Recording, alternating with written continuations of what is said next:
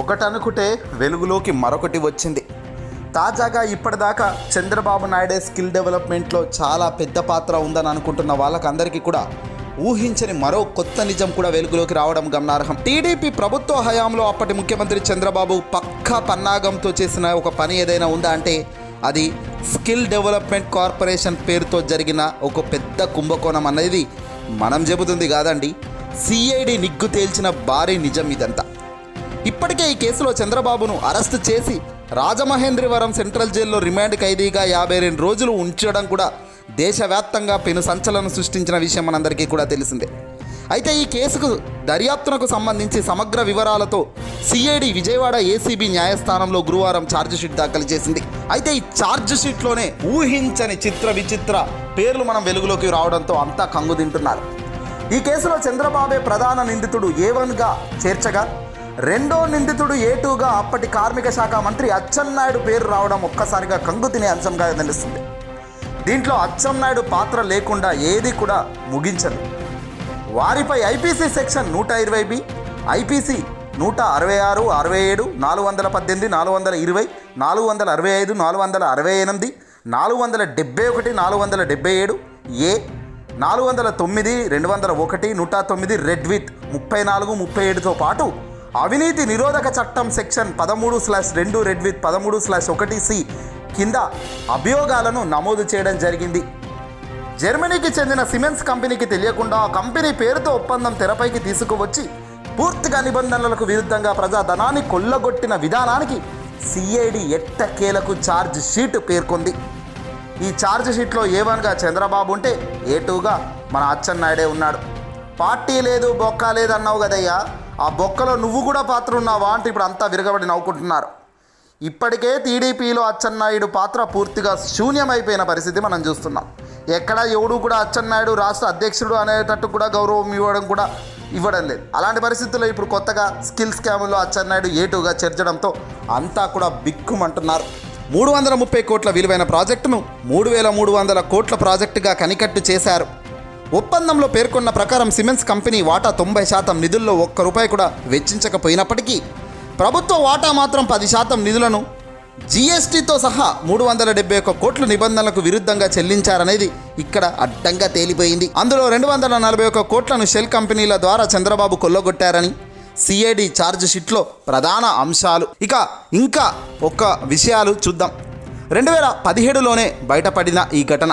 2017లోనే కేంద్ర జీఎస్టీ అధికారులు పూణేలోని పలు షెల్ కంపెనీల్లో జరిపిన సోదాల్లో ఏపీఎస్ఎస్డిసికి సరఫరా చేసిన నకిలీ ఇన్వాయిస్లను గుర్తించి ఆంధ్రప్రదేశ్ ఏసీబీ అధికారులకు సమాచారం ఇచ్చారు. దీనిపై విచారణ చేయకుండా ఏసీబీని చంద్రబాబు ఆనాడు అడ్డుకున్నారు. ఆ వెంటనే ఏపీఎస్ఎస్డిసి ఆఫీసులో ఈ ప్రాజెక్టు ఫైల్ను మాయం చేశారు.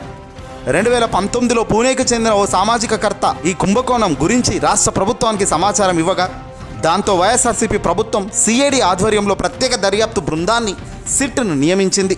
సిట్ దర్యాప్తులో చంద్రబాబు అవినీతి భాగోతం మొత్తం ఇట్లా బట్ట బయలైంది. దీంతో సిఐడి అధికారులు జర్మనీలోని సిమెన్స్ కంపెనీ ప్రధాన కార్యాలయాన్ని సంప్రదించగా అసలు తమకు ఆ ప్రాజెక్టు గురించే తెలియదని స్పష్టం చేసింది. డిజైన్ టెక్ ఇతర షెల్ కంపెనీల ద్వారా సాగించిన ఈ కుంభకోణాన్ని కూడా సిట్ అధికారులు ఛేదించేశారు. స్కిల్ కుంభకోణాన్ని కర్త కర్మ క్రియ అంతా చంద్రబాబు నాయుడు గారిదేనట. 370 కోట్ల నుంచి 3300 కోట్లకు పెంచిన ఘనత కూడా ఈ పెద్ద మనిషిదే. సిమెన్స్ కంపెనీకి సైతం తెలియకుండా ఆ కంపెనీ ముసుగులో పక్కా పథకం ప్రకారం ఈ ప్రాజెక్టుకు రూపకల్పన జరిగింది. అనంతరం చంద్రబాబు తన బినామీ సంస్థ అయిన డిజైన్ టెక్ రంగంలోకి దింపారు. ఈ ప్రాజెక్టుల్లో చంద్రబాబు బినామీలు సన్నిహితులు అప్పటి ఏపీఎస్ఎస్డిసి డైరెక్టర్గా ఉన్న రిటైర్డ్ ఐఏఎస్ అధికారి లక్ష్మీనారాయణ, ఎండీగా గంటా సుబ్బారావు కీలకంగా వ్యవహరించారు. ప్రాథమిక నివేదిక ప్రకారం 370 కోట్లుగా ఉన్న ప్రాజెక్టు వ్యయాన్ని పూర్తిగా 3300 కోట్లకు పెంచిన ఘనత తెలుగుదేశం పార్టీ పెద్దలది. ఇక్కడ చంద్రబాబు నాయుడు క్వాష్ పిటిషన్ను సుప్రీంకోర్టు కొట్టిపారేసింది. బెయిల్ రద్దు పిటిషన్పై కొనసాగుతున్న విచారణలో స్కిల్ స్కాముల్లో తనపై దాఖలు చేసిన ఎఫ్ఐఆర్ను రద్దు చేయాలన్న చంద్రబాబు వినతును ఇక్కడ సుప్రీంకోర్టు తిరస్కరించింది, కొట్టిపారేసింది. ఈ కుంభకోణానికి సంబంధించిన ప్రాథమిక ఆధారాలు ఉన్నందువలన ఎఫ్ఐఆర్ను ఏ క్షణాల రద్దు చేయడానికి సాధ్యం కాదని సుప్రీంకోర్టు తేల్చి చెప్పారేసింది. మరోవైపు ఈ కేసులో చంద్రబాబుకు ఆంధ్రప్రదేశ్ హైకోర్టు మంజూరు చేసిన బెయిల్ను రద్దు చేయాలని సిఐడి సుప్రీంకోర్టులో పిటిషన్ దాఖలు చేయగా చంద్రబాబు కుటుంబ సభ్యులు రెడ్ బుక్ పేరుతో ఈ కేసులో కీలక సాక్షులు అధికారులను బెదిరింపులకు గురిచేసి దర్యాప్తు ప్రభావితం చేసేందుకు ప్రయత్నాలు జరుపుతున్నారంటూ కూడా సిఐడి ఆ పిటిషన్లో పూర్తి ఆధారాలతో పేర్కొంది. మనీ లాండరింగ్ ద్వారా నిధులు మళ్లించిన ఈ స్కిల్ స్కామ్ గురించి సిఐడి అధికారులు కేంద్ర దర్యాప్తు సంస్థ అయిన ఎన్ఫోర్స్మెంట్ డైరెక్టర్ ఈడీకి కూడా నివేదించారు. దీంతో రంగంలోకి దిగిన ఈడీ ఈ కుంభకోణానికి కీలక పాత్రధారులైన సిమెన్స్ కంపెనీ అప్పటి MD Suman Bose, Designtech company MD Vikas Kangalerkar, chartered accountant Mukul Chandra Agarwal ఇలా ప్రతి ఒక్కరిని అరెస్ట్ చేసింది. డిజైన్టెక్ కంపెనీకి చెందిన 31.20 కోట్ల ఆస్తులను జప్తు కూడా చేయడం జరిగింది. మెయిన్గా ఇప్పుడు ఈ పూర్తి స్కిల్ స్కామ్ కేసుల్లో సిఐడి ఛార్జ్ షీట్లో పేర్కొన్న పేర్లలో చూస్తే కనుక ముందుగా A1గా ప్రధాన నిందితుడు తెలుగుదేశం పార్టీకి సంబంధించిన మాజీ ముఖ్యమంత్రి చంద్రబాబు నాయుడు. A2గా కింజారావు అచ్చెన్నాయుడు, టీడీపీ ప్రభుత్వంలో కార్మిక శాఖ మంత్రిగా ఉన్నాడు ఈయన. ఇక A3గా గంటా సుబ్బారావు, టీడీపీ ప్రభుత్వంలో ఏపీ ఎస్ఎస్డిసి ఎండి సిఈఓగా ఉన్నాడు. ఇక A4గా లక్ష్మీనారాయణ, టీడీపీ ప్రభుత్వంలో ఏపీ ఎస్ఎస్డిసి డైరెక్టర్. A5గా సిమెన్స్, డిజైన్టెక్, పీవీఎస్పీ స్కిల్లర్ తదుపరి కంపెనీల అధికారులు ఉన్నారు. మొత్తం ఈ A1 నుంచి A5 వీళ్ళంతా కూడా జైలుకు వెళ్ళక తప్పదట. మరోసారి ఖచ్చితంగా ఊసలైతే లెక్క పెట్టక తప్పరు, ఎందుకంటే ఆధారాలు బలంగా ఉన్నాయి. ఈడీ కానీ సిఐడి కానీ పెద్ద పెద్ద సంస్థలు జరిపించిన ఇన్వెస్టిగేషన్లో భాగంగా సంచలన ఆధారాలు, వెలుగులోకి వచ్చిన సాక్ష్యాలు ప్రభావితం చేయలేని పక్షంలో ఉన్నాయి. కాబట్టి ఖచ్చితంగా ఎన్నికల అనంతరం చంద్రబాబును మళ్ళీ జైల్లోకి అయితే పంపే ఆస్కారం అయితే నిర్మోహమాటంగా చెప్పవచ్చు. ఏదేమైనా ఇంత దారుణమైన తప్పు చేసిన ఈ చంద్రబాబు నాయుడు ఈరోజు పెద్ద పెద్ద మాటలు మాట్లాడుతున్నాడు. ఎన్నికలకు పోటీకి వచ్చి ఇంకేదో చేయాలి మాయా అని ప్రజలను మభ్యపెడుతున్నాడు. ఆలోచన చేయండి ప్రజలారా, ఇలా మాయలు చేసేవాడిని అధికారం ఇద్దామా?